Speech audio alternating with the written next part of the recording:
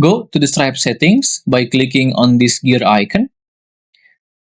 On the settings, you want to scroll down for a bit until you see the product settings section, and then tap on the payments option over here. After that, click on the payment method option. Right here, you may scroll down until you see the Bancontact, then you want to click on it. Make sure to enable or turning on Bancontact first as one of the payment method, and you will see the option to enable or disable either one-time payment and also the recurring payment.